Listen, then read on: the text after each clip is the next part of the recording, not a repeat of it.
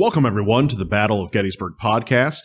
I am your co-host, Licensed Battlefield Guide Eric Lindblade, and as always, I am joined by my co-host, Licensed Battlefield Guide Jim Hessler. Jim, what's tonight's topic? Eric, tonight is East Cavalry Field Part 2. We're now going to be into the afternoon of July 3rd, 1863. In Part 1, we introduced a lot of the combatants. We introduced you to David M. Gregg, George Custer, Jeb Stuart. We already knew Wade Hampton from prior episodes, Vincent, Claw, Hammer, Witcher. We pretty much brought both sides, Union and Confederate, onto East Cavalry Field, which is a small patch of farmland about 3 miles east of Gettysburg, defended along the Hanover Road side by the Union under Generals Gregg and Custer, while General Stuart approached from the York Pike side of the field and positioned himself on Crest Ridge opposite the John and Sarah Rummel farms. So we've set the stage, and today we are going to get into the combat, the aftermath, and a little bit of the historiography and the legacy of East Cavalry Field. So East Cavalry Field, Part 2, what I always like to call a spectacular clash of cavalry talent here on the Battle of Gettysburg Podcast. Should we talk about tonight's sponsors? Yeah, we've got 2 sponsors again, and once again, we are recording from Getty's Gear at 777 Baltimore Street in the old Gettysburg Village across from the Tour Center. Now, as listeners of the program undoubtedly know by now, Getty's Gear's philosophy is simple: to produce high-quality products at reasonable prices with exceptional customer service. And they've got all kinds of products as we talk about. Our particular favorite is dog treats, even though I don't own a dog. But for the dog in your life, they have dog treats. But cigar accessories, coffee, all kinds of Gettysburg gear, as the name would imply. We also have a patron listener sponsor, and again, we would like to thank our friend and colleague, fellow licensed battlefield guide, Rick Schrader. Rick has been a guide since 2016, and he wears badge number 166. Rick Schrader is a retired orthopedic surgeon who has just relocated to the Gettysburg area from Johnstown, PA. I've had the pleasure of working with Rick on the field several times in recent years, and he's not only a great colleague and a great historian, but just an all-around good guy.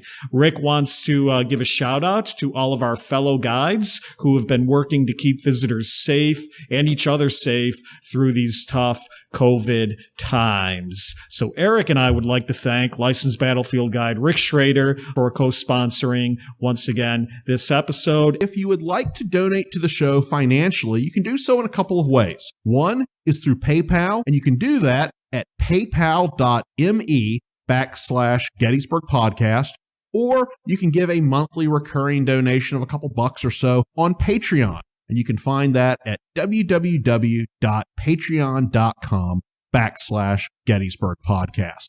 So with that, that's all I have. So I think let's get into East Cavalry Field. Great. All right. So again, we left off. It was about 12 o'clock noon, give or take. Stuart and his Invincibles, tired, ragged, worn out, arrived on Crest Ridge. Now, their approach had been spotted both by skirmishers sent out by the sagacious General Custer, but also by signal officers on East Cemetery Hill. And I love that reference because I think we may have said this before, but here we are, July 3rd, Oliver Howard making himself useful on July 3rd. How awesome is that? And we are recording on Cemetery Hill. Good ground? Very good ground.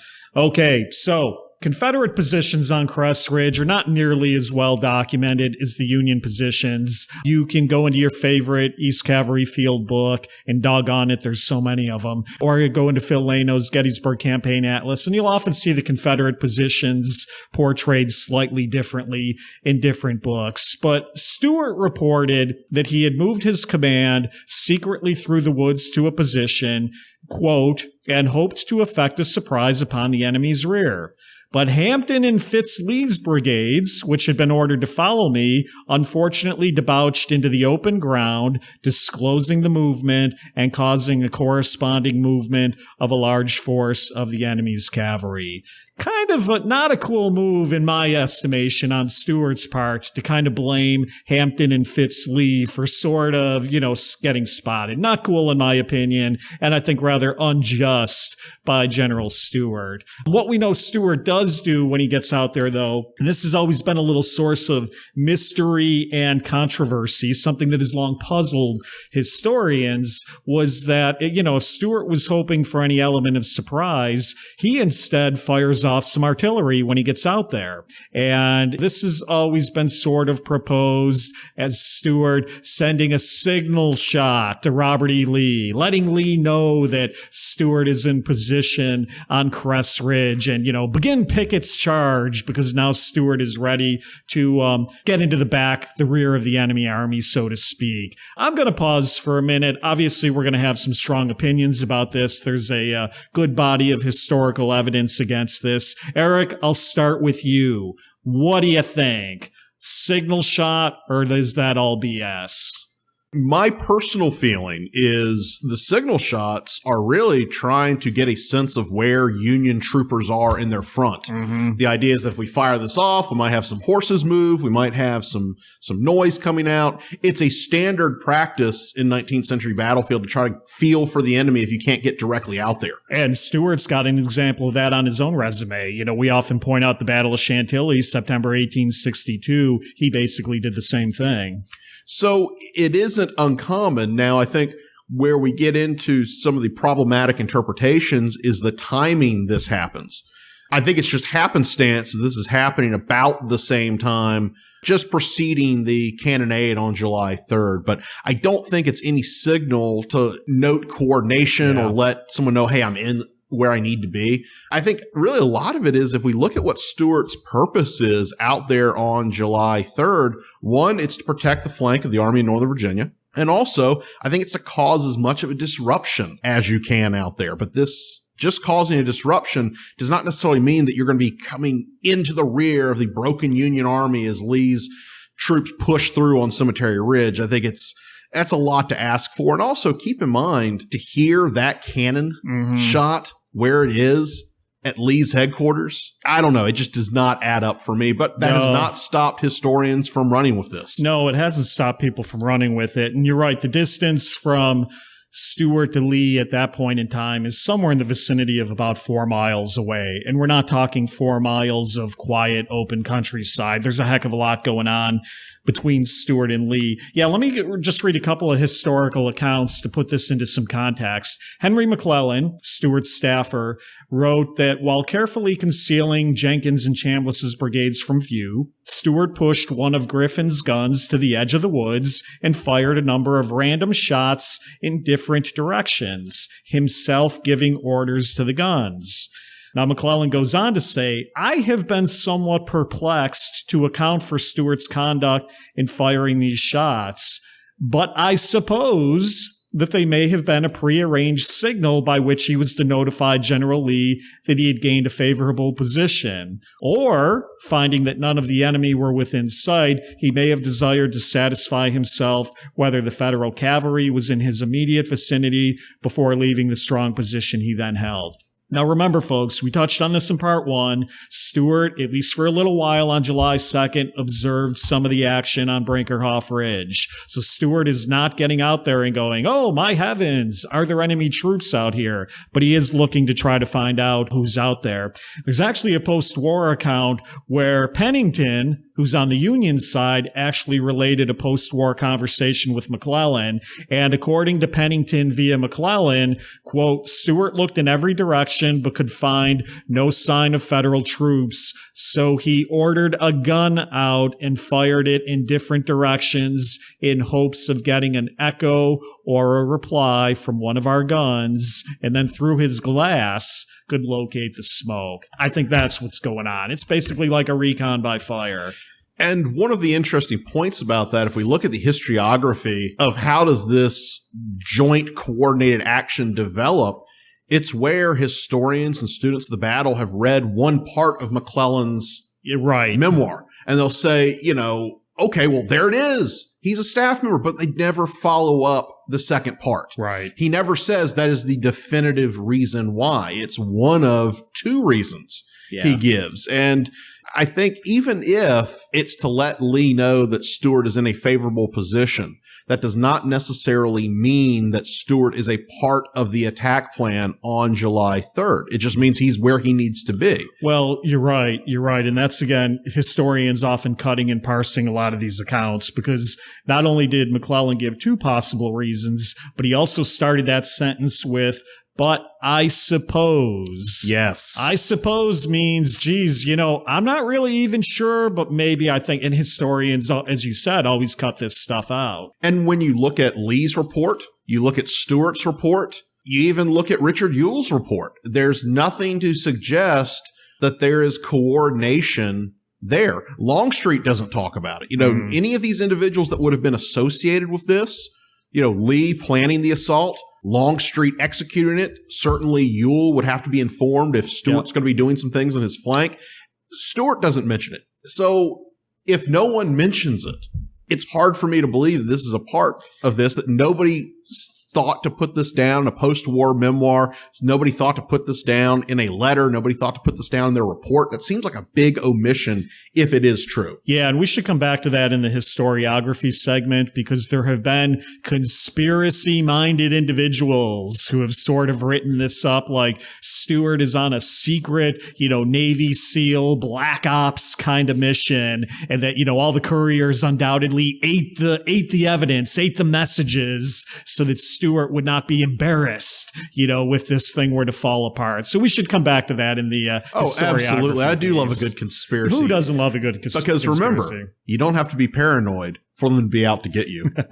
We missed a key segment in part one that I think would probably fit in well here, because, we've talked about now, obviously on the Union side of the field, Gregg and Custer are aware of the Confederate presence. And remember before, it was kind of confusing, but Gregg had been out on the Hanover Road July 2nd. Gregg says at 10 p.m. on the 2nd, he was pulled back to the pike. The morning of the 3rd, Custer is detached from Kilpatrick to go out there, but then Custer gets orders to go back to Kilpatrick. Gregg and McIntosh are going to kind of come out there and replace him. But there's a great conversation that I think would probably fit in well here. Now, there's various accounts of how the exchange happened, but Eric, if it didn't happen this way, it should have, because as the story goes, Custer basically says to General Gregg, General, I gotta go, but you're gonna have a big fight on your hands. And Gregg says, I would like to have the assistance of your brigade. To which Custer replied, if you give me an order to remain, I will be only happy to do it. And Gregg gave the order to Custer to remain. And Custer stayed. So, as we said before, we're not taking away from Gregg at all, because he is clearly the guy who realized the value of this position. But Custer remaining with his 1,900 guys, Pennington's battery, and then Randall's battery is going to come in shortly thereafter, is going to significantly add to Gregg's firepower. But I just wanted to kind of highlight that exchange between Gregg and Custer, because I think it's one of the best examples you have here at the Battle of Gettysburg of officers far away from headquarters. You can't basically send a message to Meade and get an instantaneous reply back, but it's a great example, I think, of Custer and Gregg working together, Eric, partnering, as you will, to basically show some joint initiative and agree to stay. Now, that doesn't help Kilpatrick out on the other end of the line, but that's, for another time. And if anything, it shows what Alfred Pleasanton wants his commanders to do. Show initiative. Don't wait to get the order from headquarters, make the decision. And we look at other points in the battle where you would need joint cooperation. Think about some of the orders that Hancock gives to Caldwell and others. Don't listen to anything that Sickles says. Oh, that's awful. So we're looking at times where they are not working as a well-oiled machine. Here, these are two commanders that really Gregg has no authority to keep Custer there. Nope. And Custer actually has orders to go somewhere else. Do something else. I think what they saw was that the circumstances dictated Custer needing to stay there. And how often do we see sometimes people go, you know what? Sorry, those are my orders. That's what I'm going to do. And they use that almost as an excuse to take responsibility and to take initiative. And it's Custer's personality coming to the forefront here. George Armstrong Custer loves a good fight. And you can say whatever you want about the man or his career, but he is not going to ride away from a good fight, and he stays. And as we mentioned in the previous episode, I think they probably feel they've got a little bit of cover that if it kind of hits the fan a little bit on this, Pleasanton is a fan of Custer. Pleasanton's a fan of Greg. They're going to have some help if things got a little dicey for them. I don't think there's the worry that this could end my career for doing this. Yeah, and also, they're doing what is the right thing at this moment. Well, that's where I was going to go. I mean, certainly the opposite scenario is true, too. I mean, if you pulled back, you left the approaches to the Union rear open when the enemy cavalry was clearly on the field and approaching the field, you would probably have something to answer for later. So, yeah, I think we agree. Good call all the way around from Gregg and Custer. What we're seeing is how it's supposed to work. Greg is seeing the bigger picture, and he's utilizing Custer to achieve the goals that he has been tasked with. That is how a division commander is supposed to work. That's how a brigade commander is supposed to work. We'll get into this a little bit later as we talk about how the fighting develops, because a lot of the attention does go to Custer, but this is taking nothing away from Greg, because ultimately, had it not been for Greg, Custer would not be where he is. Yeah. So we have to give Greg a lot of credit for that. And we do give Greg a lot of credit for that. Actually, modern Gettysburg historiography, in my opinion, has actually flipped 180 degrees in the opposite direction. And look, guys, I'm not talking about like Tucker type books. You know, if you see a book on your shelf that says Custer versus Stewart, the battle that saved the Union, put it down. Don't even bother picking that up. But I'm talking about serious Gettysburg studies today almost universally do give credit where credit is due to Greg. And I think the problem is because Custer has become a dirty word to a lot of people, now the pendulum is swung in the direction of, oh, Custer was just along for the ride. Greg did all the thinking out there for dumb old Custer. That may or may not be true, but as we've alluded to a couple of times, both in part 1 and part 2, when the action starts here, there's going to be one brigade more heavily engaged than the others. And my God, that's going to be the Wolverines from Michigan. And really 2 points for me on this. I call it the Longstreet principle when you mention the pendulum. Mm-hmm. You think about for so long, a lot of history was kind of anti-Longstreet. Yeah. It begins to shift back where Longstreet does no wrong. And unfortunately, each extreme is a bad interpretation. Well, the truth is really somewhere in the middle there. The truth always is in the middle. I mean, Meade is part of that right now. You know, for years you didn't want to give Meade credit for the victory. Now criticize George Meade. You better have your fighting gear on because a lot of people are going to dogpile on you for that. Why don't we chalk this up to a very special episode in the future? You know, guys that the pendulum is swung on. I think that would be great. I like that. You know, maybe that would be a great guide roundtable episode. Maybe. Who knows? Maybe. If our friends are nice to us, we'll invite them back. And my second point to this is using an example of, say, watching a football game. You have the coach call the play. Mm-hmm. But you got to have somebody to execute the play. Right. You can have the best play drawn up in the world, but if the running back does not go where he needs to go, the play is blown up. You know, the quarterback doesn't get the ball where he needs it to be. So look at this almost as Greg is calling up the play. Custer's job is to execute it. You have to have the right play called and you have to have the right execution to have success. And that's what we're going to see on July 3rd between Greg and Custer. Yeah, the other thing that the terrain plays in the favor of that sort of scenario too. Now, George Custer, I think we mentioned this in part 1, but Custer later wrote that the ground itself was very unfavorable for cavalry operations. And look, what I think he's talking about is he's talking about fences. He's talking about all the farms that are out there. You know, we always talk about the John and Sarah Rummel farm, but there's actually a lot more farms out in the general vicinity than that. Crest Run, Little Run. So you've got these little bodies of water out there. But from Greg's perspective along the Hanover Road, from Stewart's perspective along Crest Ridge, the advantage these guys have, you know, as the play callers is basically you've got wide open plains in front of you and they can see the field. They can see a lot of the action going on. Now, I will tell you, I have walked literally every foot of ground on East Cavalry Field, including many places that are generally not open to the public. And don't get me wrong, there are a lot of peaks and dips crypts and swales and things like that where you can hide small bodies of troops. But in general, you've got a wide open plain here in these two armies, almost in Napoleonic fashion, kind of facing off against each other, which is going to tie into Stewarts Tactics, which I'll go into next unless you got something you want to add there. Because I know you're a Napoleon guy. Yeah, I would just say, too, that what we're looking at is the Union forces have a better sense of the terrain out there than the Confederates do. You think about the day before, they're already in that area, moving back and forth in the Brinkerhoff Ridge action. So Gregg, I think, has a better sense of the terrain than Stuart does. A lot of Stuart's actions on July 3rd, as we're going to see, are really predicated on figuring out, okay, where exactly is the enemy? What is their strength? What is their positioning? These are all things that if Stuart had had a better sense of the terrain, he would have probably had a better answer for that. Not only that, the Union Army has good avenues of approach. They have good lines of sight, things that you would want on a battlefield that we're going to see coming up. Well, the other thing, too, though, then I would add, and this will tie into Stewart's Tactics, Gregg has a quote that he uses later on that I think summarizes it well. Stuart's job is to do. Gregg's job is to hold. And as we know on pretty much any of these Civil War battles or individual actions, it is easier to play defense than offense. So Stuart, for his part, let's go to Stuart's report. And Stuart says, quote, "My plan was to employ the enemy in front with sharpshooters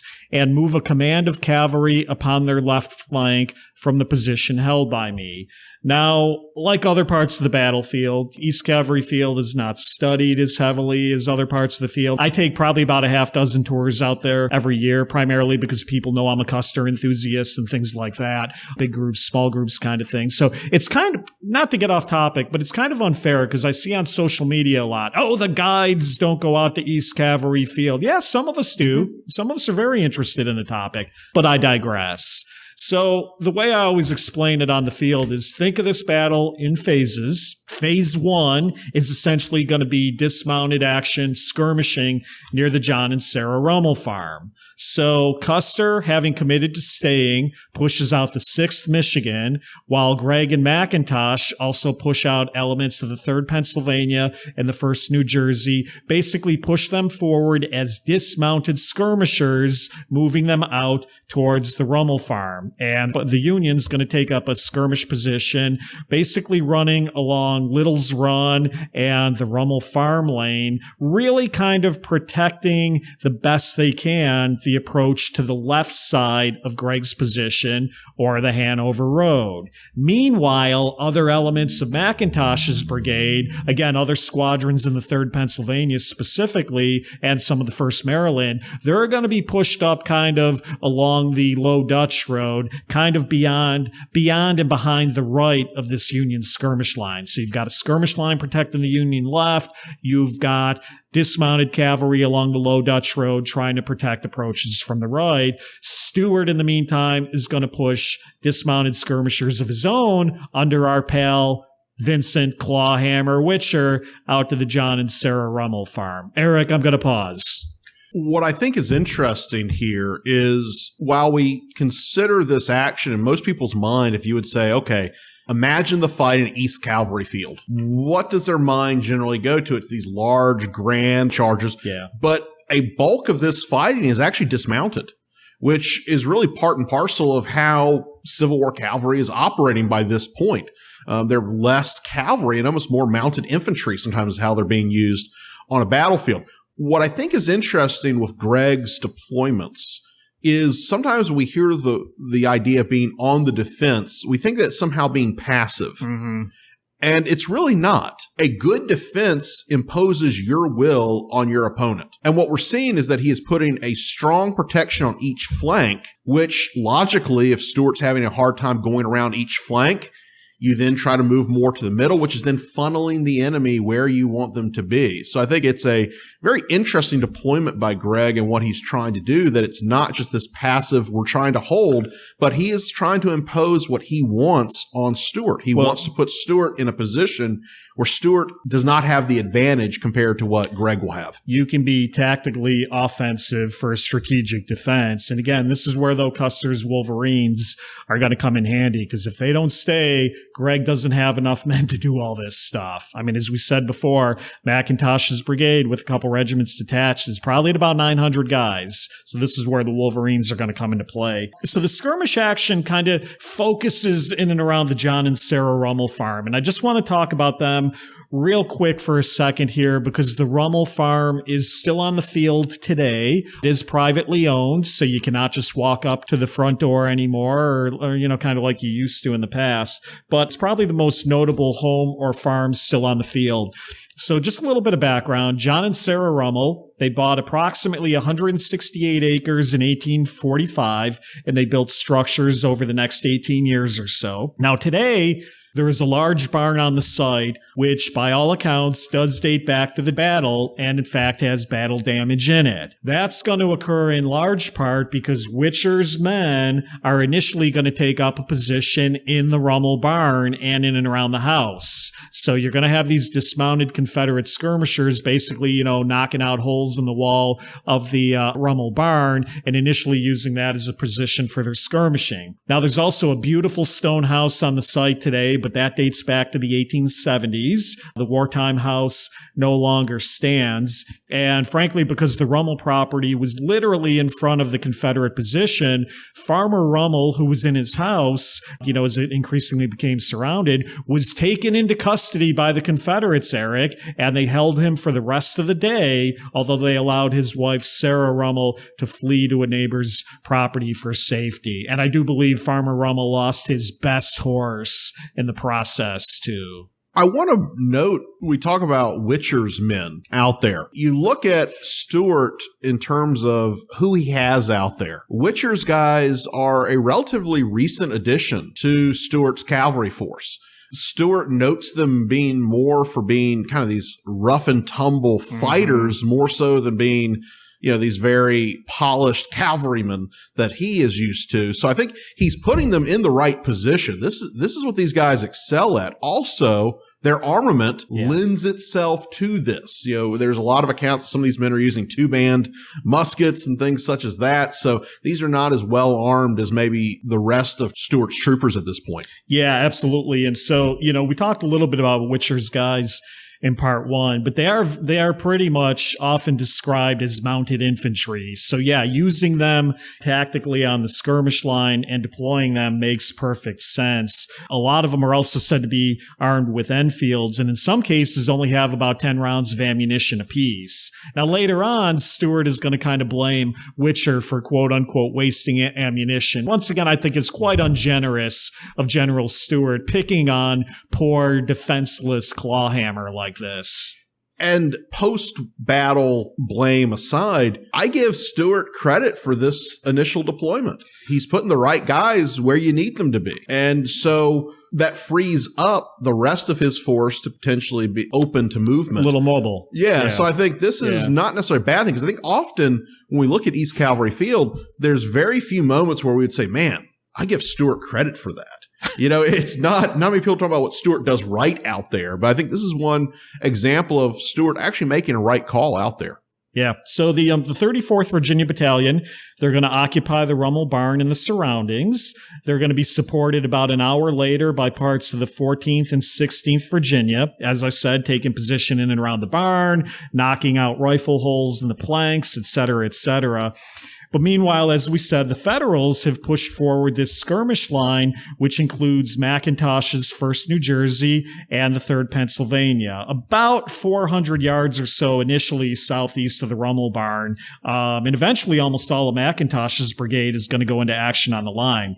Now, in addition to this, when we do our East Cavalry Field narratives, we often probably don't give enough credit to the artillery. So the artillery at this point, both sides are really throwing shells back and forth at each other. McGregor's battery, for example, on Crest Ridge, throwing shots at Pennington. We also mentioned that eventually Captain Alanson Randall's Federal battery is going to unlimber next to Pennington and southwest of the lot buildings. So by most accounts, the Yankee artillery, Pennington being, as we talked in episode 1, really kind of a rising star in the Army. By most accounts, the Federals are going to blow their counterparts basically off of the field. And yes, there's even one account of one Yankee shot, landing right in the muzzle of a Confederate gun, kind of thing, which doggone it, there seems to be one of those stories almost on every part of the battlefield, but it sure as heck seems to happen out here at East Cavalry Field too. But most important part in my mind being eventually the Confederate batteries are going to be silenced and are going to withdraw, which will mean as this fighting escalates, the Yankees have artillery support, and for the most part, the Confederates really won't.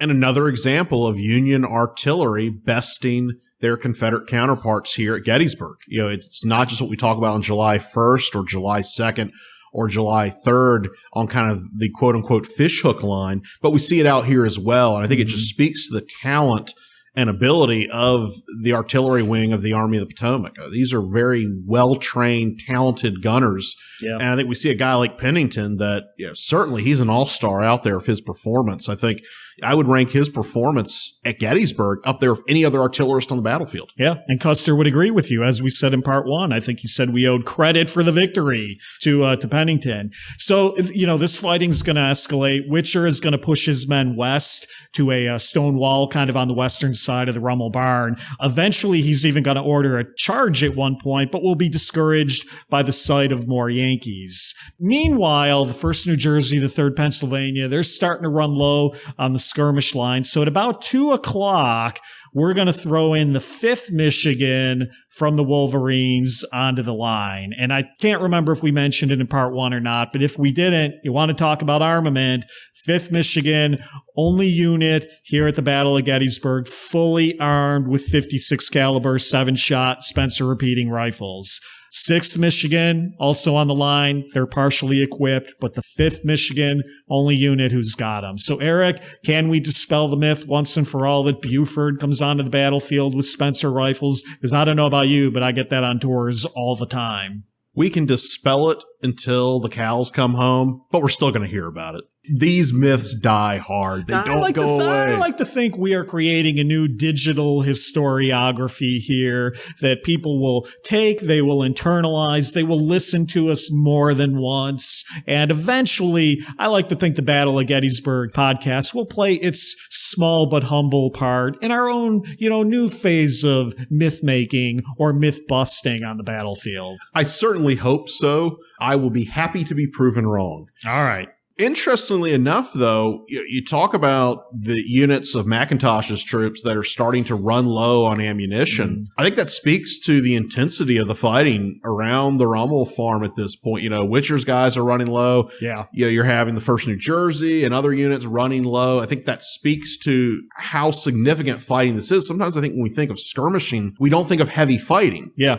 We just think, it's a couple pot shots here and there. But you have times where being on the skirmish line is just as intense as being in a line of battle. Well, and I think this is one of those examples. I would agree. And, you're the guy on the skirmish line and bullets are flying back and forth. Don't tell me, the old, again, whoever saw a dead cavalryman doesn't apply out here at East Cavalry Field. 2 people I want to call out, the 1st New Jersey skirmish line is commanded by the heroic and the young Major Hugh Janeway, who I often talk about on tours when we stop at the 1st New Jersey Monument. But today I also want to give a shout out to the right of the 5th Michigan skirmish line was led by Major Noah Ferry. Now, Ferry was a well-regarded and educated man from Michigan's Mackinac Island, described as, quote, self-reliant, manly, generous, kind, sympathizing, wholly above a mean thing. But the men trusted his clear-headed judgment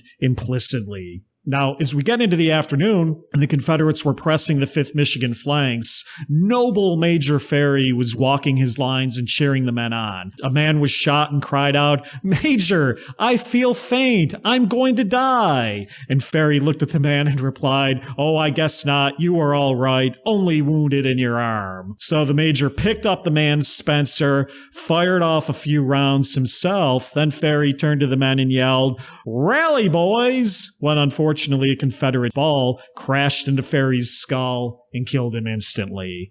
Major Noah Ferry, the highest ranking officer, killed on the battlefield here at East Cavalry Field on the Yankee skirmish line. Once again, proving being on the skirmish line is not an easy assignment. It's not a cakewalk, folks. No, not at all. And, I want to add, too, that the men were very disheartened by the popular Major Ferry's death, and when the 5th eventually fell back, they had to leave his body on the field. So the Confederates stripped his corpse of everything but his coat. They cut all the buttons and shoulder straps from that, and then the next day, Ferry's body was buried in a shallow grave near Custer's headquarters before later being sent home to Michigan. So would love to know kind of where exactly Custer's headquarters was where they buried that, but again, kind of putting a bow, so to speak, on the story of Major Noah Ferry.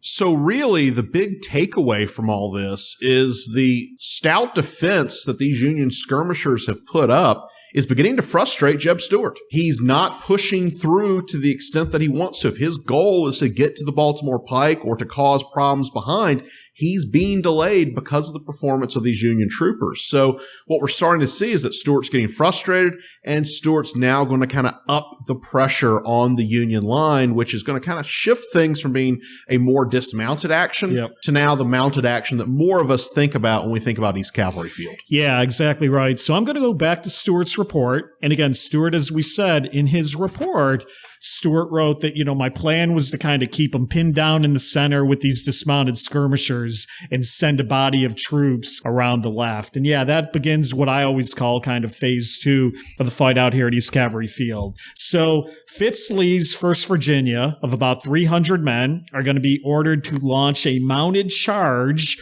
around the Confederate left, or what would be around the Yankee right, that's going to start to push the dismounted Yankee skirmishers back.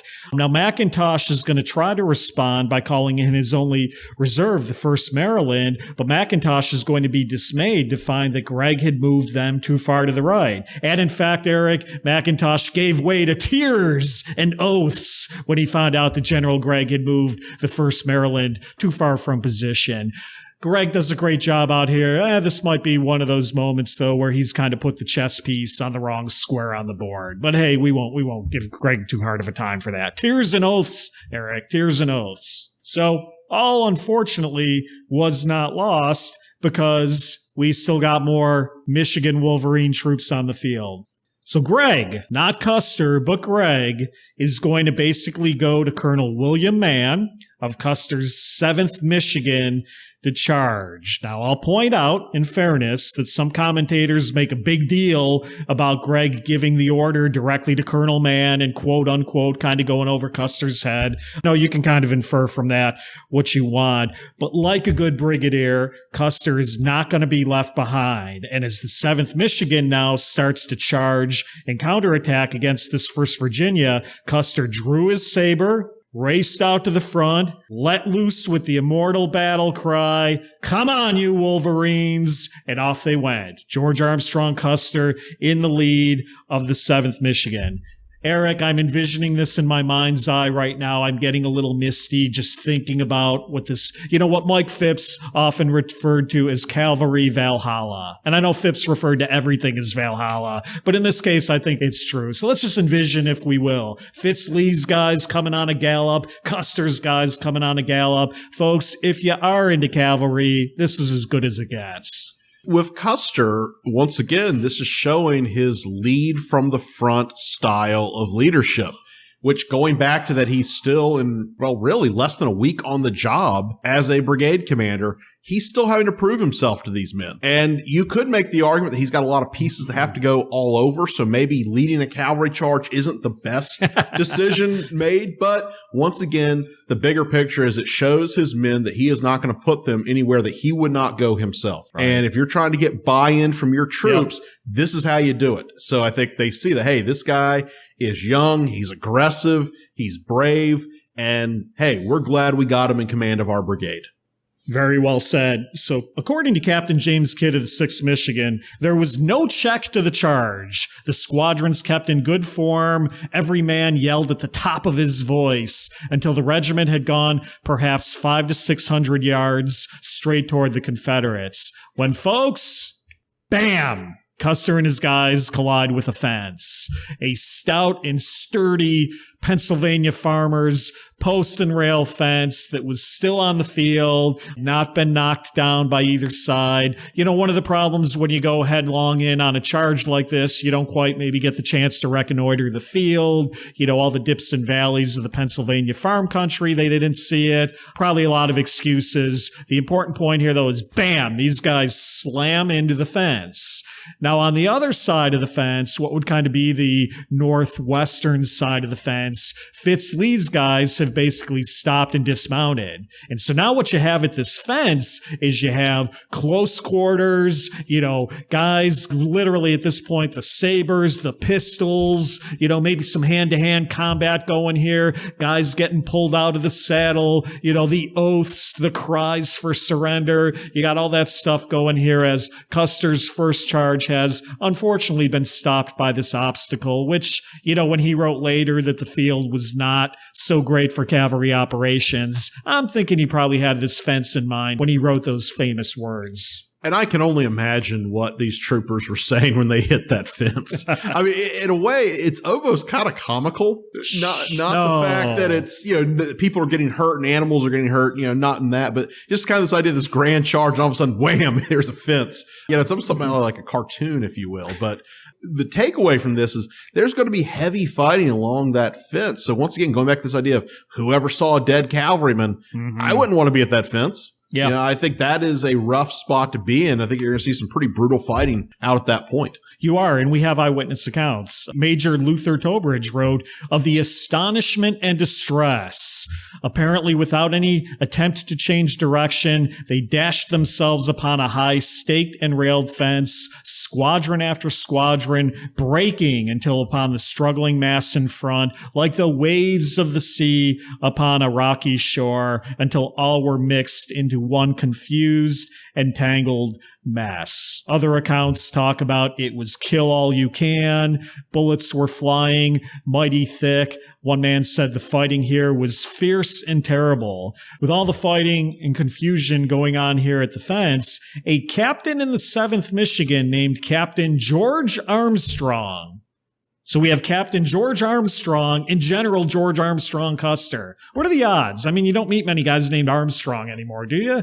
Well, there's the Armstrong wrestling family. Oh, very good. Bullet Bob. Very good reference. So you have Captain Armstrong saying to General Custer, basically to the effect of, boy, we're in big trouble, General. And Custer says, yes, I know, and we must get back under the cover of our own guns. And so with that, Custer's guys are going to mount up. And let's be clear, George Armstrong Custer never retreats. It's just what I like to call a retro movement. A retro movement kind of turning to the right away from the fence, kind of gracefully coming back around. They would go back towards the lot house. Union batteries, Pennington and Randall are going to give them covering fires. They go back. But the Michiganders are going to kind of just gracefully ride back towards the Hanover and Low Dutch Road. Their charge, having not been quite as successful, but they did help stop the Confederate momentum. You got to give them some credit for that.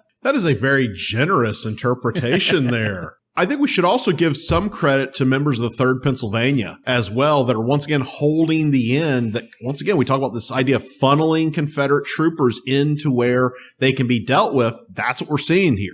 And so we have to give some credit also to Gregg's forces outside of Custer there, too. I think the 3rd Pennsylvania is going to perform very well out on East Cavalry Field this day. Yeah, and we'll come back to the 3rd PA for sure. Now, Colonel McIntosh supposedly gets up near the lot house and tries to meet some of the fleeing Wolverines. For God's sakes, men, if you are ever going to stand, stand now, for you are on free soil, as Custer and his boys head back towards the Hanover Road. Now, Eric, if you stopped George Armstrong Custer's cavalry career at this moment, you've got Hanover, where I think he performed very well and more of sort of a traditional having the boys dismount capacity. But now you've kind of got 2 charges on the resume that haven't quite maybe gone as well as you might have hoped. You've shown the boys you're willing to get out in front, but bam, you ran into some obstacles at Hunterstown. You run into the fence on East Cavalry Field. You know, as I've long said, it's all fun and games until you hit headlong into a fence. So I think this is a good point now to move into this third phase of the fighting at East Cavalry Field on July 3rd. Once again, think about how this day has gone for Jeb Stuart. You hope to push through the skirmish line. You're checked. You hope that your mounted charge is going to break through. That's been checked. I think by this point, Stuart's frustration level it's boiling over now. And think about for the last 2 weeks for Stuart. It's been one frustration after another. Some could even argue the entire Gettysburg campaign up to this point has been one giant frustration for Jeb Stuart. So what is he going to do? He's going to basically throw as many men into this area as he can to try to break through and achieve his objectives on July 3rd. Yes, indeed. So it is now going to be approximately 3 p.m. What's happening at 3 p.m. over on Cemetery and Seminary Ridges? I do believe it's the Pettigrew and Trimble assault. With a little help from the Virginians under George Pickett. Minor assault. So exactly. So again, if you are conspiracy minded, if you like to think this is all coordinated, the timing, coincidentally or not, does kind of work out in your favor there.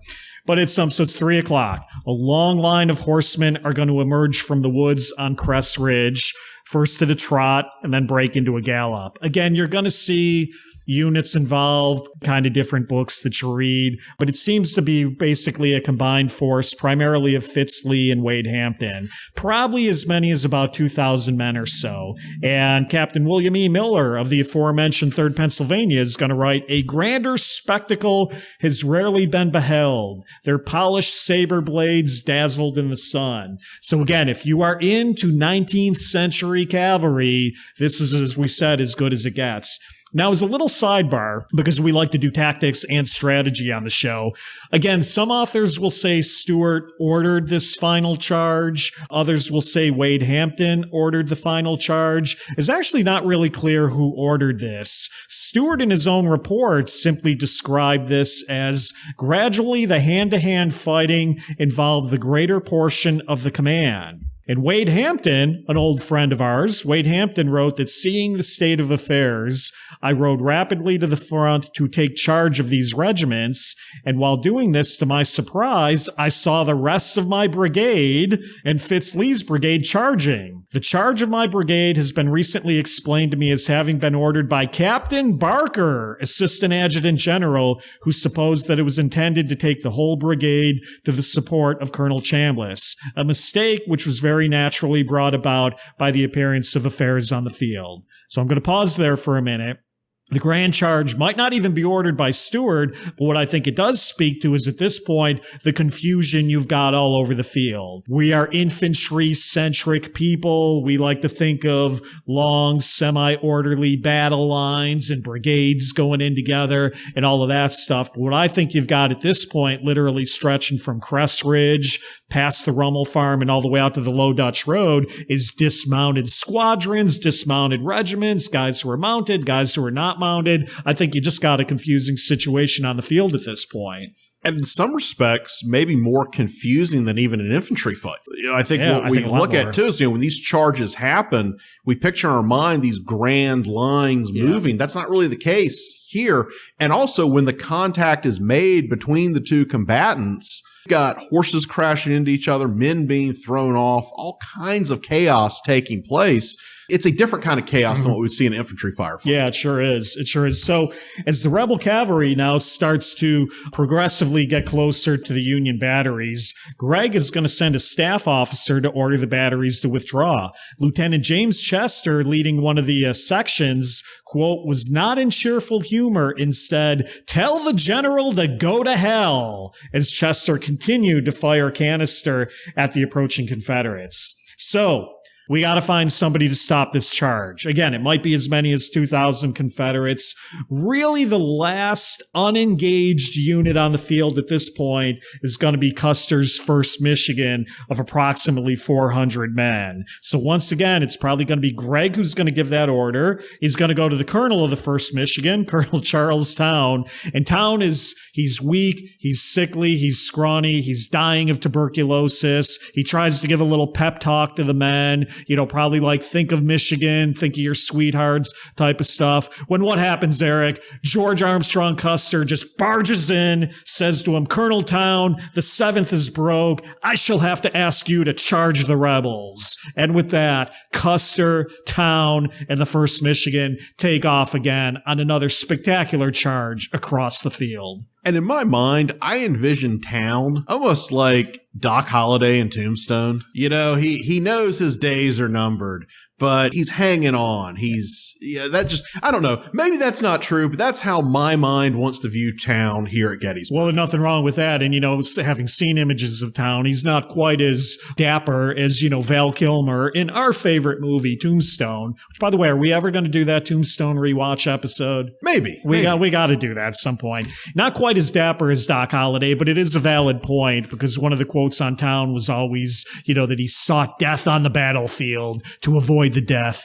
that he knew was waiting for him at home. Now, the real question, was Custer wearing a bustle? How lewd. He's not wearing a bustle, and at this point, he's not wearing a hat because he has lost the hat. So Custer sprints 4 lengths into the lead. As one trooper said, quote, his long, straight saber is gleaming in the sunshine. He is bareheaded and glorious. His yellow locks of hair are flying like a battle flag. And another said that Custer was, quote, as beautiful as the eye ever gazed upon. Eric, does this fit your traditional descriptions of, 19th, 20th, or even 21st century military?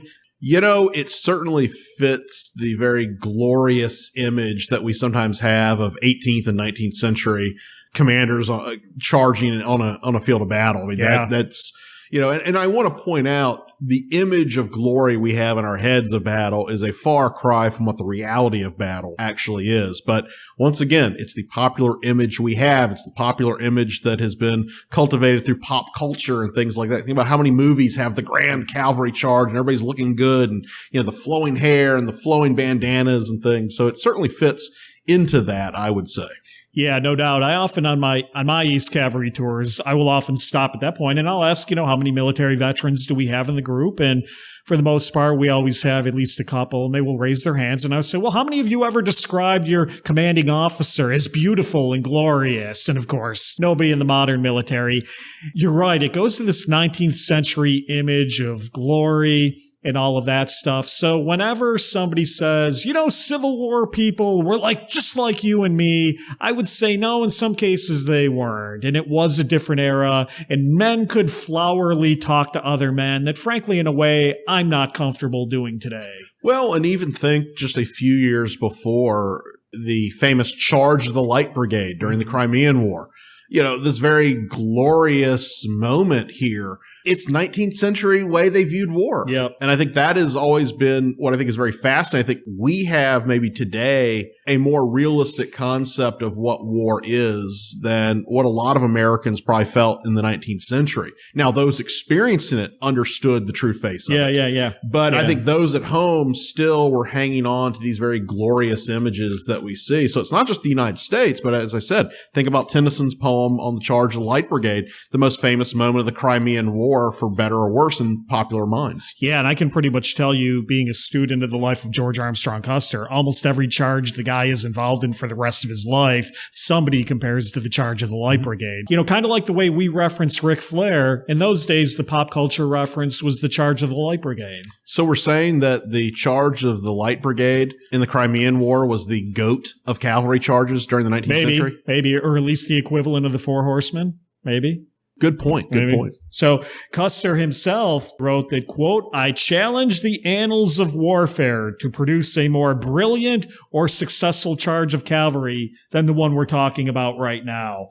So you've got them basically going across the field, galloping at each other at full speed. And when they do finally collide, it was said that the impact seemed like the crashing of falling timber. Horses were somersaulting, men were slashing and cutting at each other. And once again, quote, the clashing of sabers, the firing of pistols, the demands for surrender, and the cries of combatants filled the air on bucolic East Cavalry Field. while we've talked a good bit about Custer, and rightfully so. Just a little bit. Just a little bit. Is there anybody else on the field? You know, I would say there is another favorite of ours on the field. That bear hunting son of a gun, Wade Hampton, is right in the mix of all of this. And I believe, Jim, you've got some good stuff on Hampton and the way he was handling the fighting on July 3rd at this part of the battle. Well, I sure can do that. Yeah, great point bringing up Hampton. And, before we even get into the Hampton anecdote, it's a good point to stop and remind people because, again, it's always portrayed as Custer versus Stewart. To use our play calling analogy, at the play calling level, it's Greg versus Stewart. Mm-hmm. At the level we're at right now, though, it's Custer versus Wade Hampton. So if any of you have a historical print on your wall at home that shows Jeb Stuart leading this charge, tear that sucker down. Tear that off your wall, because the Confederate who deserves the credit right now for sticking his neck out there is, as we said, our very own favorite Wade Hampton. I'm thinking of our super fans now in a scene similar to Glory, tear it up, rip it up, tear it up, so feel free to do that. Save the frame though. So, you can always use it for something else. Don't break the frame.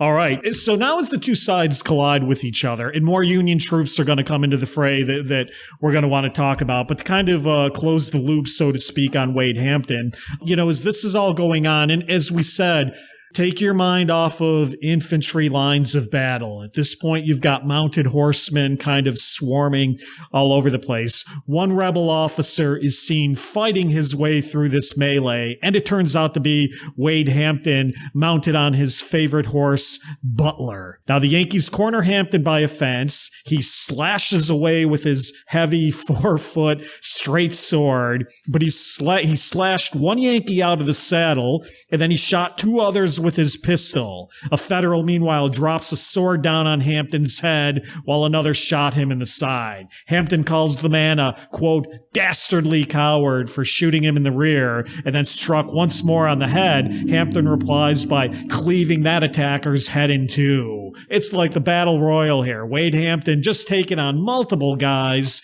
Finally, though, some men are going to come to Hampton's assistance. I don't want to say rescue because it feels like he was doing pretty good there, but some of his men are going to come to his assistance, and with Hampton's own head wound bleeding, he's eventually going to be led off the field.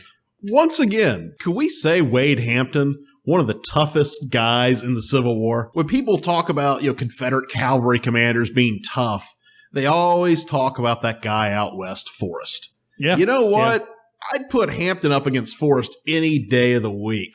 Not only is Hampton a more competent commander, but I think he's a lot tougher in the field than what we're seeing. I mean, this is hardcore action here. And also, before he even gets into the war, he's hunting bears with a knife, folks. Up at High Hampton, the palatial estate. And, those Western North Carolina bears, they're tough going. You got it. So I don't know. I don't know what was tougher. Western North Carolina bears or angry Union troopers on July 3rd. I don't know. But once again, Hampton holds his own out there. And this just further elevates the legend that is Wade Hampton in my mind. Well, that's great. And you're right. And I love Wade Hampton too. And you just brought up a point there that we probably would have come to at some point. But do you think at this point, the Confederates are, what the hell? Where the hell did this Yankee resistance come from? This is, again, Stuart's guys and horses, don't get me wrong, they are exhausted from their march and their approach to Gettysburg. But, they're, other than Brandy Station and maybe the last couple of scrapes and skirmishes, they got to be thinking, where the hell is this resistance coming from? Because they are not used to seeing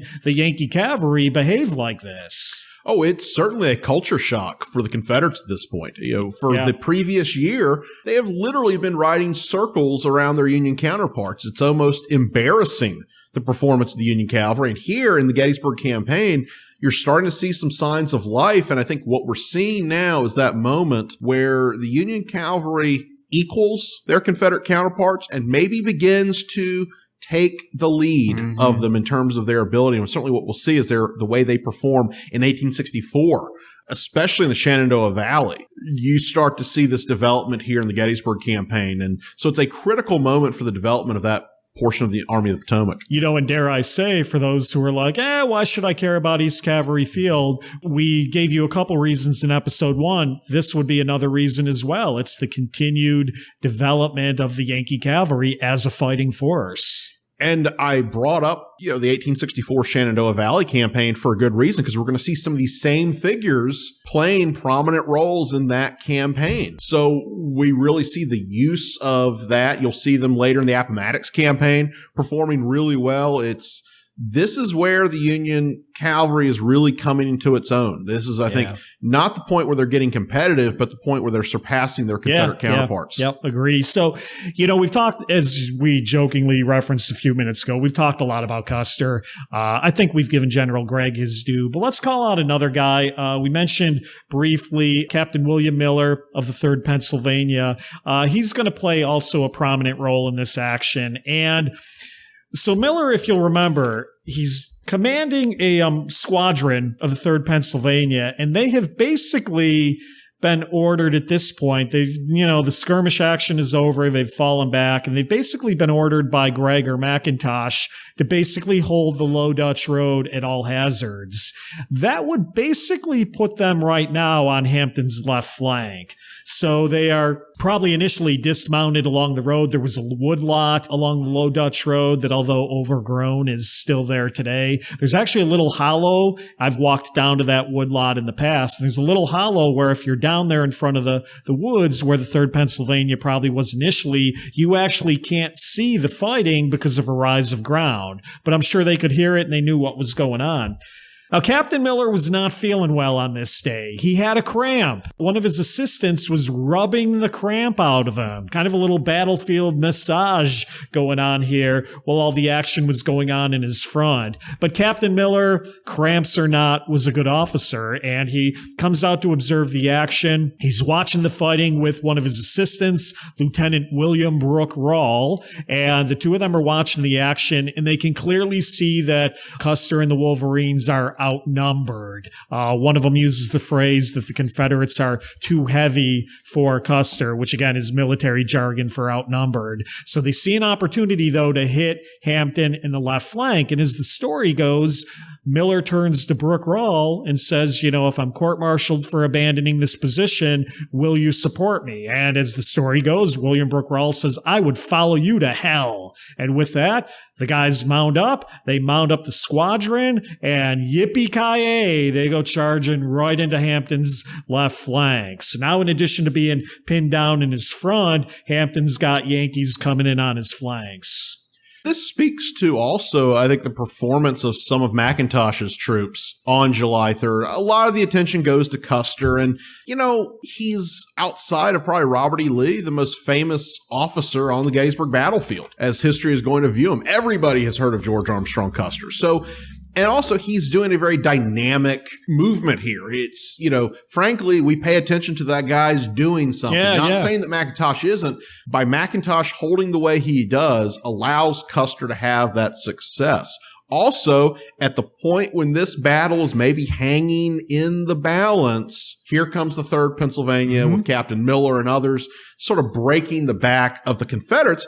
And one interesting note, since we are on Cemetery Hill, we are not far from the final resting place of Captain William Miller, who I should note is the only soldier that is a recipient of the Medal of Honor for the Battle of Gettysburg buried in the National Cemetery. Now, you have Charles Collis, but he won it at Fredericksburg, not here at Gettysburg. So Miller, Medal of Honor recipient. And of course, if you get a chance to see his grave, it will be the kind of cool government headstone with the gold engraving on it, which is really neat. I'm always pleasantly surprised at how many people don't know William E. Miller's story. When I take him out to the field and we go out and we stand out near the 3rd Pennsylvania Monument, I have an image of Miller. He looks very much like Marcus Reno, dark hair and mustache, and I'll hold it up and say, who is this? And people will often confuse him with Reno. Although, again, in fairness to Miller, Miller is a lot thinner in the face than Reno was. But yeah, to Eric's point, Miller really comes in here and helps break the Confederates back. Now there is slashing, there is fighting. Eventually, and we should point out too, we're also going to get contributions from portions of the 1st New Jersey. over on the Confederate right, you've got probably another squadron of the 3rd PA, 5th Michigan, a lot of guys now hitting Hampton's right. Hampton's getting it from 3 sides, but it's really Custer punching him in the face while Miller comes in kind of with that left hook and kind of knocks him out. So yeah, just to kind of close the story on Miller. Eventually they're going to chase the Confederates, supposedly all the way back to the Rummel Farm and to Crest Ridge beyond. Captain Miller broke his saber near the Rummel Farm and was shot and wounded in the arm. Now in 1877, he claimed that he returned to the field and recovered his broken saber amongst Farmer Rummel's relics, that they found it kind of in the farm lane or up around that area. As we said, Miller later received the Congressional Medal of Honor. He was awarded that in 1897, which was 34 years later.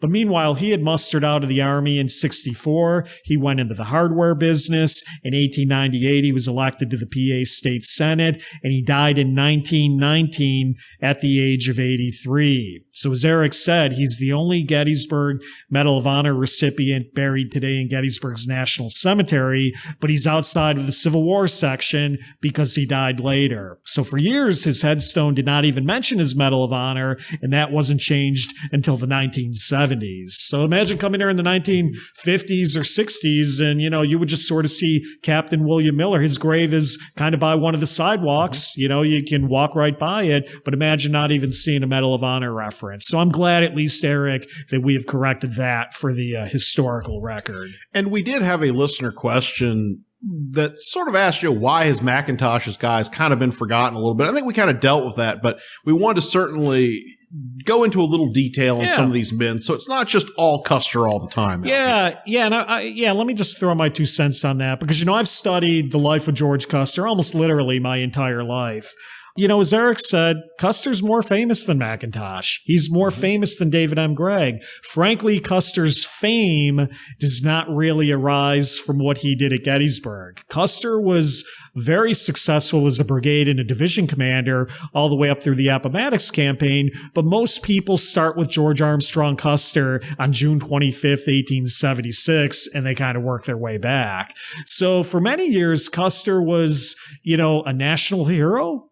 He was, even to a lot of his men, a martyr, somebody who had died, for manifest destiny and for his country. So you just got to accept Custer's more famous than a lot of these other guys. But as I said before, I would argue today that McIntosh, Gregg, and these guys are getting their due in the modern Gettysburg literature, which is in many ways starting to look to tear down old heroes and try to make new ones. And this is another case that we see where I think students of the battle fall into the trap of this person won the battle. Yeah. Well, it's a team effort out there at East Cavalry Field. Yeah. If McIntosh and his men don't do what they do, I don't know if Custer is as successful as he is.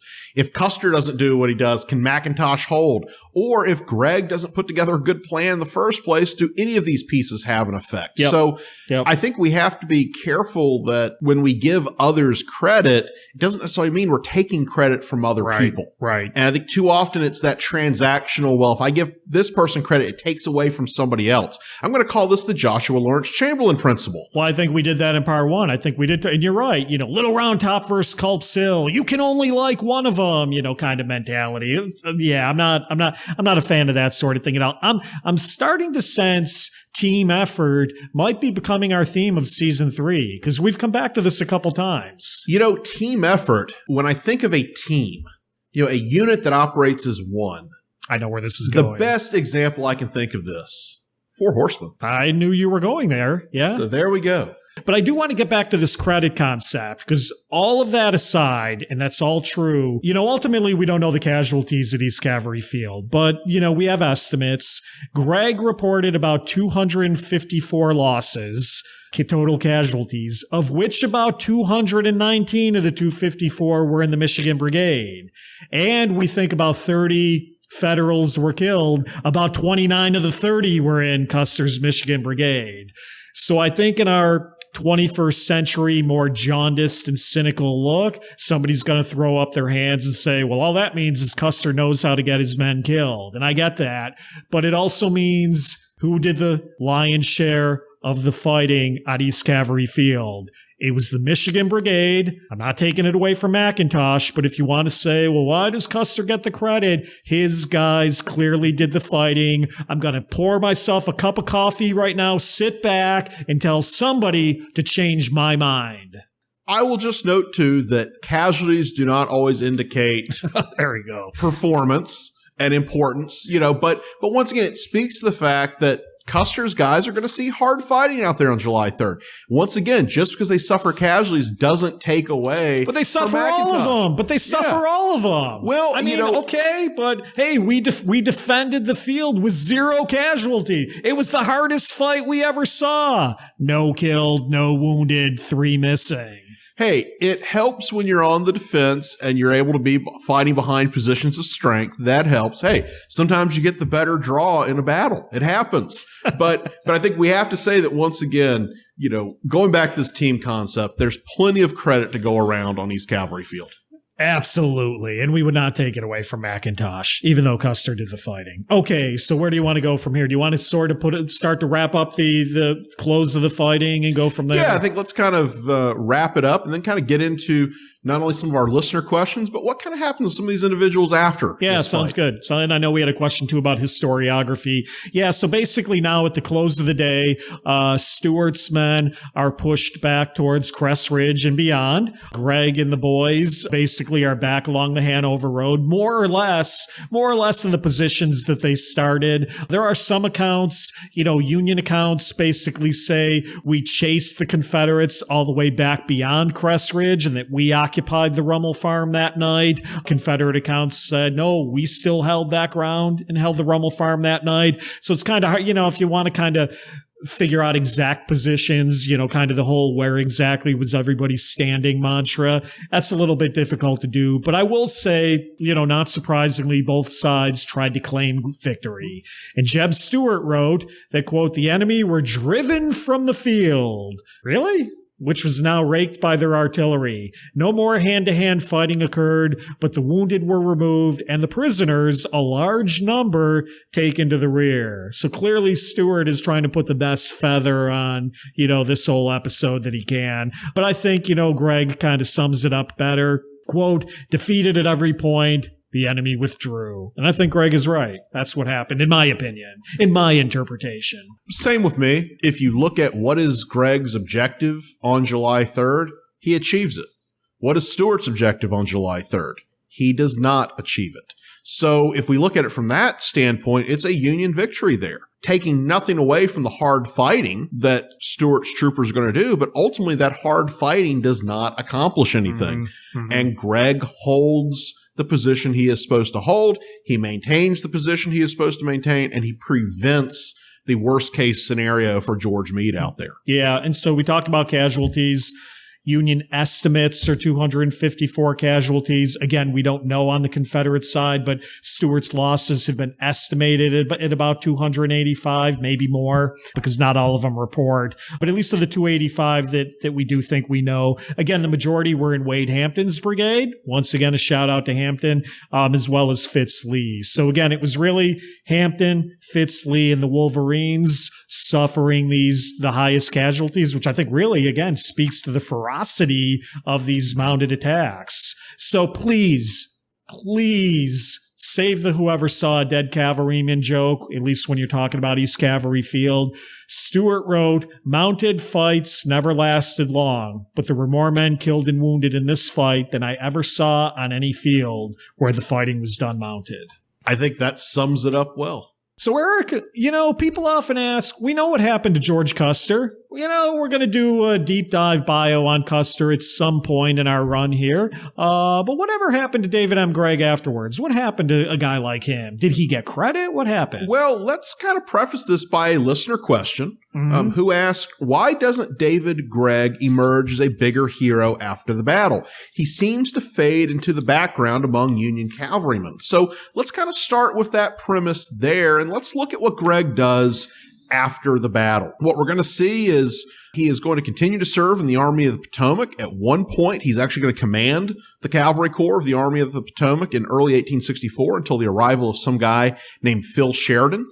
Of course, then the bulk of that force is going to be taken out into the Shenandoah Valley, and Gregg will remain with the forces around Petersburg, where he does excellent service helping screen attacks and movements of the army. So he continues to perform very well. Yeah. Once again, if you think about 1864, if you're looking at the summer and fall, certainly Sheridan's guys out in the valley are getting way more attention than what Gregg's men would have received around Petersburg. But eventually David Gregg resigns his commission before the war is over. And in his letter dated January 25th, 1865, he is going to write, having for more than 3 years been on uninterrupted service in the field, commanding cavalry in the Army of the Potomac, I at this time find such an imperative demand for my continued presence at home that my personal attention may be given to pressing private duties and business.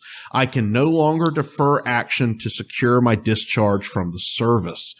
Now, over time, Gregg's reasons begin to kind of, I think, emerge. According to one account, Gregg feared a violent death in battle and actually described himself as a coward in late 1864 when his nerve finally gave way. So I think what I look at is this takes nothing away from his performance. And frankly, I would never call David Gregg a coward. I think he might have called himself that, but I think he's being very harsh on himself. Sure. And war wears on people. He's not the first and he's not going to be on the last that has this happen to them. But what this does is it causes him to miss sort of that climactic moment of the war, the Appomattox campaign. So when it comes time to it, other troopers kind of emerge as this, guys like Sheridan or Custer or others. So he kind of fades away. After the war, he's going to settle in Reading, Pennsylvania. Hey, once again, another Reading reference here. Is that the unspoken theme of season 3? Trying to get a larger audience in Reading, Pennsylvania? I don't know. Maybe we need to do an episode from Reading sometime. Well, maybe we could broadcast. I like it. He's also going to farm near Milford, Delaware as well, but really his life is fairly dull, and over time he kind of becomes to regret leaving the Army. In 1868, he's going to apply for reinstatement, but the cavalry command that he wanted actually went to his cousin, John Irvin Gregg. So he remained basically still in civilian life. In 1874, he's going to be appointed by Ulysses S. Grant to be the United States Consul to Prague in Austria-Hungary. But he soon returned home because his wife was homesick. Gregg is going to be active in local and state affairs. He's also going to raise a lot of funds to preserve Valley Forge as a national shrine. So that's kind of a cool, part there. He also visits the Gettysburg battlefield numerous times and gives speeches at events involved with that. In 1891, he became active in Pennsylvania politics and was elected as a term as the Auditor General of Pennsylvania. Gregg is going to die in Reading, Pennsylvania, one of the oldest survivors of the war in the state. In fact, he is going to die in 1916 at the age of 83. He's also, if you ever get a chance to go to Reading, he's buried in the Charles Evans Cemetery there. So if you're in Reading, you want to go see the grave of David Gregg, there he is. He'll be memorialized with a bronze equestrian statue in his adopted hometown of Reading.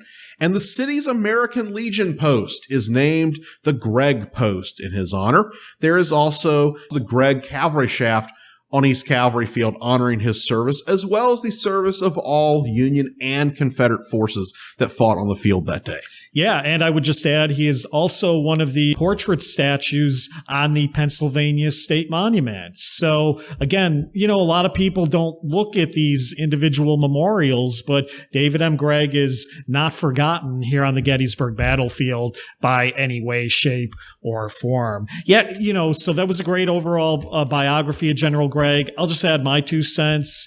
I too have always thought, had he stayed through Appomattox, the average Civil War student would probably be a lot more familiar with David M. Gregg today. Often see in some interpretations that his resignation was primarily influenced by, sort of getting passed over by Sheridan and, basically feeling disgruntled about that, which, he certainly had a right to do. But he never really wrote enough that clearly says that. So we really don't know. And, when we don't have anything else, I tend to take things at face value. I think he's a guy who was worn down by 3 years of combat, and maybe army politics as well, kind of all played in that decision to do that. But anyways, David M. Gregg, sometimes you got to live with your decisions. Had the dude stayed through 1865 and, of course, survived, we might know him better today. But on the other hand, he didn't get killed by Indians in 1876 like other guys did. And, that could have played into it a little bit as well. And this might be a bit of a hot take here,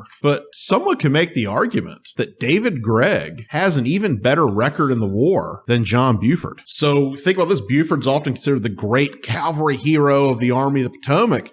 I'd put Gregg's service up against him. And I think, you could argue Gregg is one of those great heroes of the Army of the Potomac.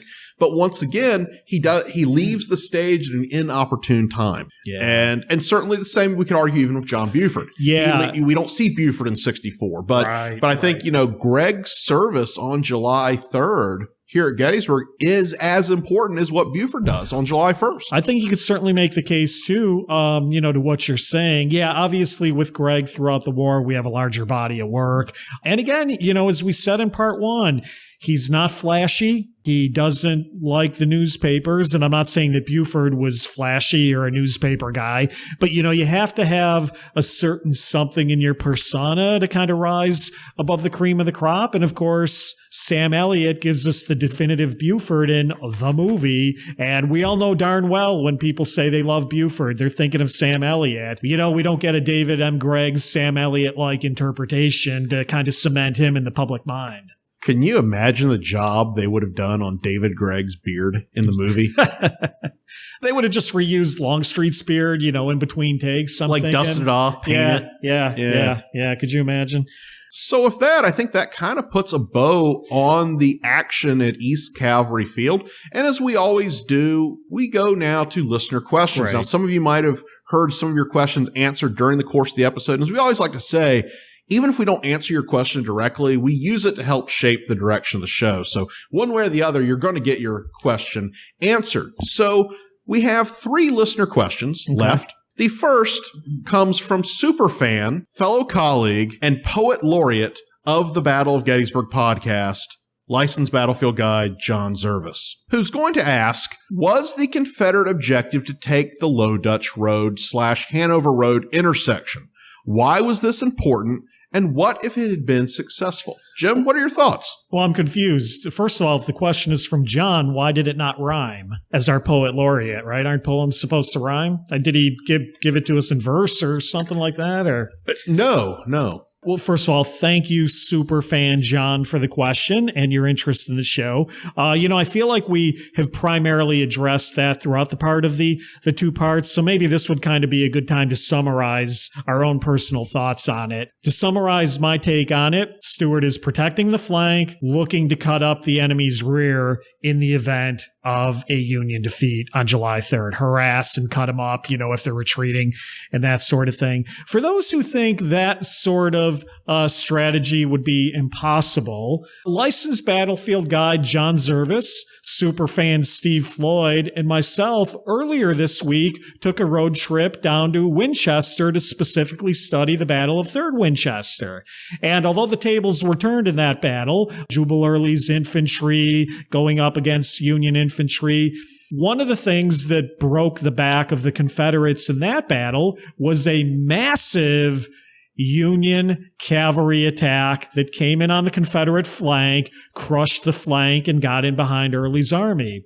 Not coincidentally, spearheading part of that attack was Brigadier General George Armstrong Custer, 3rd Winchester, guys, September of 1864. And I only bring this up again to point out, so the notion of cavalry getting into the rear of an army to kind of help create a panic and cause them to run is not far-fetched. It can work. Now, unfortunately, on July 3rd for Robert E. Lee, Confederate infantry did not do their job, and as we've seen here, Confederate cavalry was not successful. But so while I don't think it was coordinated with Pickett's charge, I do think Stuart hoped to get into the Union rear if other things went in the Confederate favor. And folks, that makes this an important action. This to me is not just some sort of often ridiculed sideshow that, the infantry fans often make it out to be. And I would just add, if I was George Meade at this battle, I do not want a scenario where the Confederates now hold the Hanover Road, Low Dutch Road intersection. Yeah, you would think. Because this is going to create a lot of problems for me elsewhere. And so Meade is very aware of it. Gregg is very aware of it. Just because the Confederates did not gain the objective does not lessen the importance of the objective. Right. And so we don't often do what ifs because we really don't know what would have happened. But I think we can speculate with some level of authority that had the Confederates been able to push through, it would have caused a number of issues for George Meade's army on July 3rd. Does it mean the Confederates win? I'm not going there. Right. But it would create a much more difficult situation for Meade here at this battle. Yeah. And again, we don't do what ifs other than what if Jackson was at Gettysburg still being our most popular episode and the accompanying field program that was highly attended. We don't do what ifs. No, we don't. So our last two listener questions don't deal directly with East Cavalry Field. They deal with another cavalry action on July 3rd. No, I'm not talking about the Battle of Fairfield. I'm talking about the fighting at South Cavalry Field of Judson Kilpatrick's division. I was puzzled by where this was going. Okay, I gotcha. There's a method to my madness. So the first listener question we have is another what if question. But the question is, what if Elon Farnsworth was last in line instead of Custer? How would their roles have been reversed? Which I think is kind of an interesting question. You know, sometimes on a battle, what if we assume, that the people are in the right place, right time. Well, sometimes they're just in the right part of the line. Yeah. That's just kind of how it happened. What if Vincent had not been at the end of Barnes's division? Would it have been Schweitzer rushing up to the hill? Who knows? That's kind of the fun thing with history sometimes. But I think this is kind of an interesting question with, Farnsworth, another young, dynamic brigadier general, recently promoted, same situation as Custer. I'm with you. What are kind of our thoughts on this? Yeah, and I do have thoughts on this because I have actually pondered this question over the years. So first of all, we don't have enough of a body of work on Brigadier General Elon Farnsworth to really know how he would have behaved or performed out at East Cavalry Field. So I'm not going to speak as much to Farnsworth. But yeah, let's say the tables are turned and let's say Kilpatrick and Custer end up on South Cavalry Field. I certainly think, given Custer's aggressive temperament and enthusiasm, I think there is no doubt Custer would have enthusiastically led any charges against the Confederate right flank at South Cavalry Field. And the way bullets and lead were flying around out there, I think it highly probable that Custer probably would have gotten himself killed at South Cavalry Field, which then creates a domino ripple effect through history. There is no Battle of Little Bighorn. I may not become interested in history. I may not write the seminal book Sickles at Gettysburg, and I may not be co-hosting the Battle of Gettysburg podcast with you. So there, my friend, are very deep and impactful, impacts that occur because Custer ended up at East Cavalry instead of South Cavalry. Think about it. Without Dan Sickles and without Custer, this show is not happening right now. There is an alternate universe somewhere where this show doesn't happen. Sickles gets cashiered from the army before or gets killed at Gettysburg. He never loses his leg. I never get to see that depicted at the Gettysburg Wax Museum and become enchanted by the story of Dan Sickles and the Battle of Gettysburg. Custer never does what he does.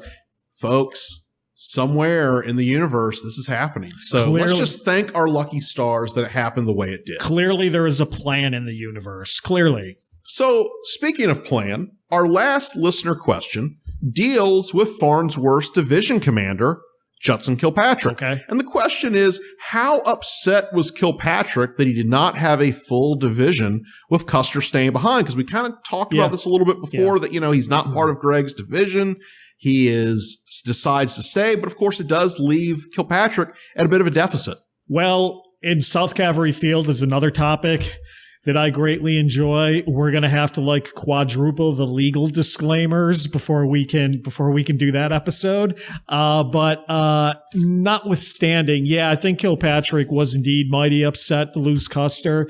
He later termed it a mistake. He later tried to get Custer, as we've talked about, he tried to get Custer's brigade brought back. And I think, although Kilpatrick does what he does with Merritt and Farnsworth's brigade, I think there's no doubt that when in the morning hours Kilpatrick was ordered opposite the Union left flank, he expected to have his whole division go over with them. So, for lack of a better word, Kilpatrick does get kind of screwed in all of this. So as we near the end of this episode, and as we like to say, put a bow on it, I think we have just a few more thoughts on the historiography of this event as it relates to the battle. Yeah, we do, because I know we had a listener question about it. And again, I think Eric and I have tried to cover a lot of that during the course of the conversation. You know how East Cavalry Field has been remembered and things of that nature.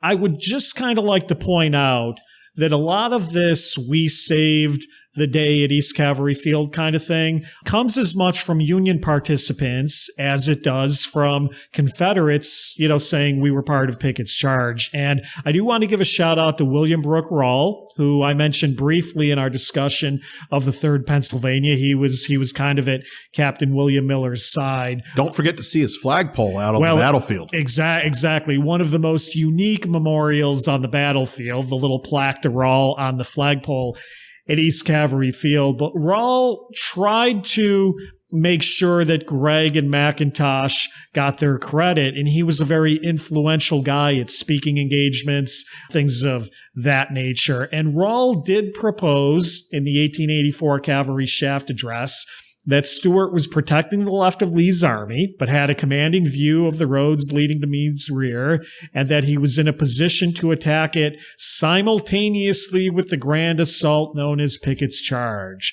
This was his purpose, he tells us in so many words. And that was William Brooke Rawle, again, trying to perpetuate the notion that this was all part of Pickett's charge. Now, Greg, who we talked about in our biography, he was also out here at a reunion in the 1880s. He met up with Wade Hampton, once again on these very same battlefields. But I'm just trying to point out, this was a notion that started with the participants. We're not going to go through the entire historiography on East Cavalry Field. Basically, there isn't a lot, and it's really kind of, in many cases, not worth mentioning. But I do want to give a shout out, I think I did in part 1, to Mike Phipps's 1995 Come On You Wolverines, Custer at Gettysburg. But far and away, I want to give a shout out to Eric Wittenberg's Protecting the Flanks, the Battle for Brinkerhoff Ridge and East Cavalry Field. The Savas Beatty reprint that Eric and Savas Beatty did in 2013 is, in my opinion, far and away the best book on this topic. And so I think if you guys really want to deep dive into this, maybe someday Jim and Eric will write a book on this topic. Who knows?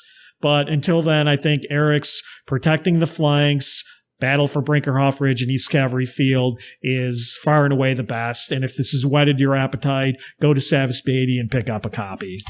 And I have, one of the things I used as I prepared my notes is a reprint of William Brooke Rawle's remembrances of this fight that was done in 1878. And I'm just going to give you the title of it. It's entitled The Right Flank at Gettysburg, an account of the operations of General Gregg's cavalry command, showing their important bearing upon the results of the battle.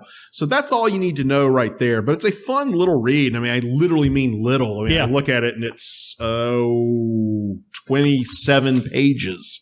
But if you ever get a chance to find it, it's a fun read to have. It is, and that's a great call out. And, just lest anybody get the impression that David M. Gregg kind of went off silently into the night, Gregg's got a 1907 published address called the 2nd Cavalry Division in the Army of the Potomac, which you can also find out there on places like Google Books. So you've got William Brooke Rawle, you've got David M. Gregg, you've got James Kidd over on the Michigan side. You do have some good primary accounts out there from people who were either here or involved that, you might want to pick up. And as Eric said, in many cases, it's a short read, folks. So with that, I think it's time to take this episode home. Before we go, we want to let you know where you can find us on social media. You can find us on Facebook at the Battle of Gettysburg Podcast, on Twitter at Gettysburg Pod, on Instagram at the Battle of Gettysburg Podcast, or you can email us at gettysburgpodcast@gmail.com. Once again, want to remind you, if you've not had the chance, please write us a review on the podcast platform of your choice. It certainly is a big help to us, and we do appreciate it. So before we close out the episode, Jim, let's remind our listeners once again of tonight's sponsors. Yeah, and again, we're going to thank Getty's Gear as we're recording in our new podcast home at Getty's Gear, 777 Baltimore Street in the old Gettysburg Village across from the Tourist Center. If you can't stop in, you can email them at info@gettysgear.com. Of course, they also have a website, gettysgear.com, or give them a call at 717-334-3747. They got all kinds of cool Gettysburg stuff. We can't thank them enough, especially during COVID, for giving us this great home, which, we're really enjoying recording at. And we want to thank the licensed battlefield guide, friend and colleague, who has now become the fourth member of our Four Horsemen, licensed battlefield guide Rick Schrader, badge number 166. He has been a battlefield guide since 2016. Rick is a retired orthopedic surgeon, formerly from the Johnstown, PA area. So once again, we want to thank you, our super fans, for listening. As we've often said, without you, this show would not be what it is. So as we go into a new year, certainly we wish you all the best in 2021, and we look forward to interacting with you for the upcoming months and upcoming years. So once again, thank you all for everything you do.